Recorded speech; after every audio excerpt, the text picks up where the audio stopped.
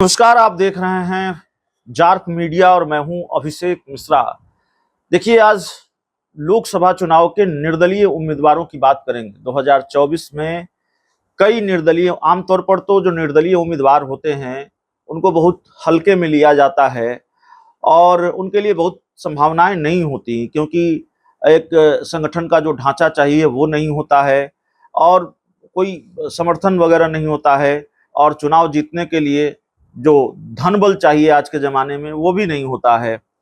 लेकिन बिहार के कई निर्दलीय उम्मीदवार ऐसे हैं जो भारी पड़ रहे हैं बड़े बड़े दिग्गजों पर।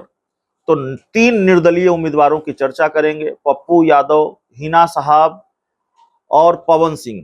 पप्पू यादव जहां से खड़े हैं पूर्णिया से, वहां वोटिंग हो चुकी है।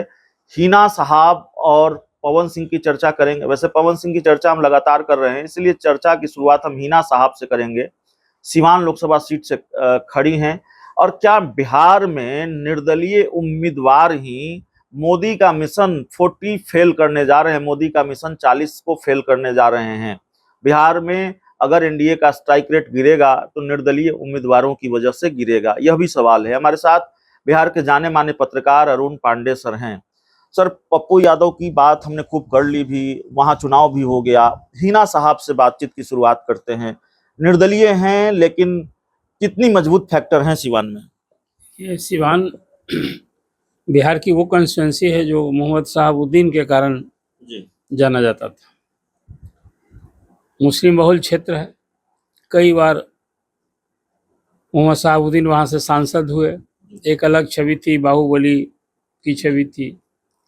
राजद के तो नाक के बाल थे लालू प्रसाद के। कोरोना काल में एक मुकदमे में तिहाड़ जेल में वहाँ उनकी मौत हो गई।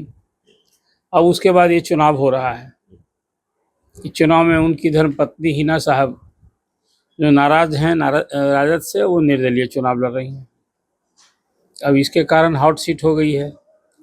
इसलिए कि जैसा मैं आपने से कहा कि मुस्लिम बहुल क्षेत्र है और वहाँ बिहार विधानसभा के अध्यक्ष रहे अवध बिहारी चौधरी, जो जात से यादव हैं, वो उम्मीदवार हैं।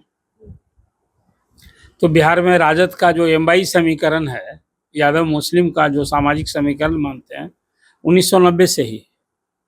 आपको याद होगा भागलपुर सांप्रदायिक दंगा की पृष्ठभूमि में उसके बाद सरकार बनी थी। लालू प्रसाद 90 में पहली बार सीएम बने थे। उस समय कांग्रेस विपक्ष में थी। डॉक्टर जगन्नाथ मिश्रा अंतिम कांग्रेसी चीफ मिनिस्टर थे और तब से मुस्लिम कांग्रेस से नाराज हो गए। न सिर्फ बिहार में, पूरे देश भर में उसका बड़ा खामियाजा भुगतना पड़ा था। आज़ादी के बाद सबसे लंबा काल तक चलने वाला सांप्रदायिक दंगा था। मैं इसलिए ये पृष्ठभूमि में बात कर रहा हूँ कि मुस्लिम वोटर्स की अहमियत क्या है। बिहार में 12-13 ऐसी पार्लियामेंट कंस्टिट्यूंसी है जहाँ मुस्लिम फैक्टर, या तो मुस्लिम ही जीतेंगे, नहीं तो मुस्लिम का वोट निर्णायक होता है। अब वो जहाँ आपने सिवान की बात की, सिवान में हिना साहब के निर्दलीय चुनाव लड़ने से, जो मैंने आपसे कहा कि एमवाई समीकरण ध्वस्त हो गया है और इधर अवध बिहारी चौधरी कैंडिडेट हैं। सिवान से इस बार एनडीए के तरफ से वहाँ रमेश कुशवाहा की पत्नी विजय लक्ष्मी कैंडिडेट हैं। मतलब 2 महिला उम्मीदवार, 1 पुरुष उम्मीदवार। सीधा सीधी सामाजिक समीकरण है।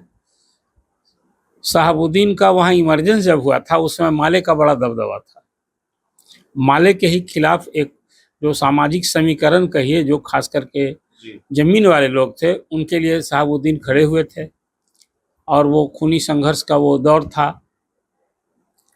बाद के दिन में राजद में तो शहाबुद्दीन का ऐसा इमरजेंस हुआ कि सिवान में तो राजद के पर्याय बन गए शहाबुद्दीन। शहाबुद्दीन के कारण राजद और राजद के कारण शहाबुद्दीन। कई घटनाक्रम हुआ, पुलिस मुठभेड़ हुआ, क्या कुछ नहीं हुआ। मतलब शहाबुद्दीन की तोती बोलती थी, जेल से सरकार चलती थी, एक स्थिति थी। अब उसी पृष्ठभूमि में हिना साहब जब कैंडिडेट बन गई हैं तो स्वाभाविक रूप से पूरा जो एमवाई का समीकरण है वो वहाँ तो गड़बड़ा गया है। और अब जैसे पूर्णिया में पप्पू यादव ही से ही मुकाबला था, चाहे वो एनडीए का मुकाबला हुआ या राजद की बीमा भारती का हुआ, ठीक उसी तरह से जो खबरें आ रही हैं कि वहाँ हिना साहब से ही मुकाबला राजद का हो या एनडीए का हो, ये सामाजिक पृष्ठभूमि है वहाँ की।